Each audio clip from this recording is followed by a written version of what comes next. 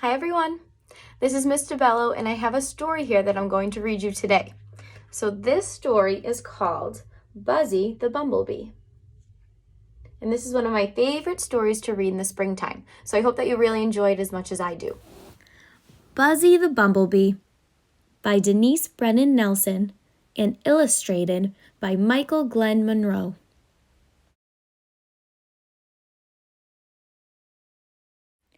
One sunny day, in a beautiful garden, there sat a bumblebee named Buzzy. His stripes were black and yellow, and his coat was rather fuzzy.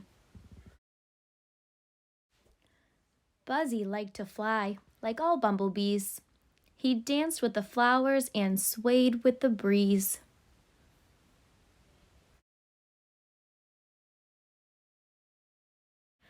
He also liked to read and thought himself worldly and wise.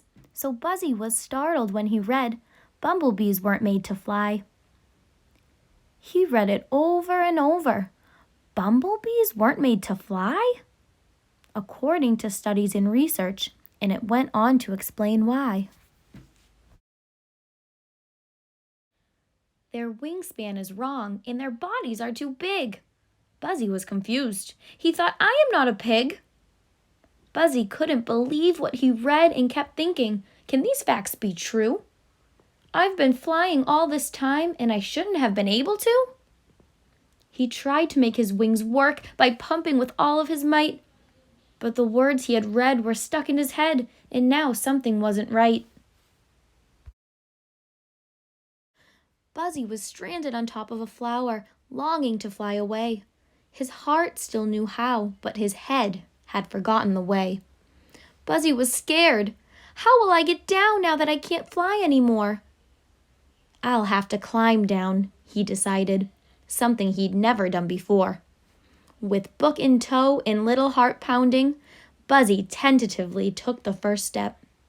Then very, very slowly, down the flower he crept. Buzzy's foot started to slip, and he felt himself letting go. Oh no!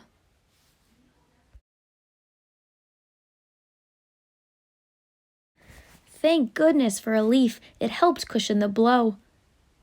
Dazed, Buzzy slowly sat up, thinking, what should I do now? My home is so far away. I've got to get there somehow.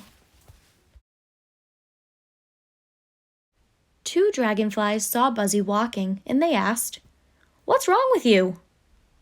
Buzzy sadly told them, my flying days are through.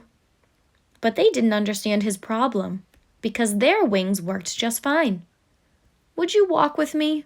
Buzzy asked. No, thank you, they declined.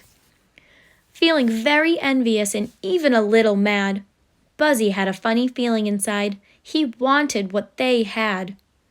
Heavy-hearted, he trudged on, anxious to get home. Buzzy needed his family. He felt so all alone. Just then, Buzzy saw a stream and cried out in frustration, now that I can't fly anymore, will I ever reach my destination? Every problem has a solution, his mother always said. Buzzy had to find an answer. He'd have to use his head. At that very moment, a flower petal drifted by. It gently floated to the river's edge as Buzzy let out a sigh. Buzzy had an idea. I need something that will float. Looking at the petal in the water, he thought, that could be my boat. He picked up a blue jay's feather and cautiously pushed himself out. When Buzzy realized the petal would work, he gave a joyful shout. As he safely reached the other side, Buzzy was filled with relief. Until he saw the tall, tall grass and was suddenly overcome with grief.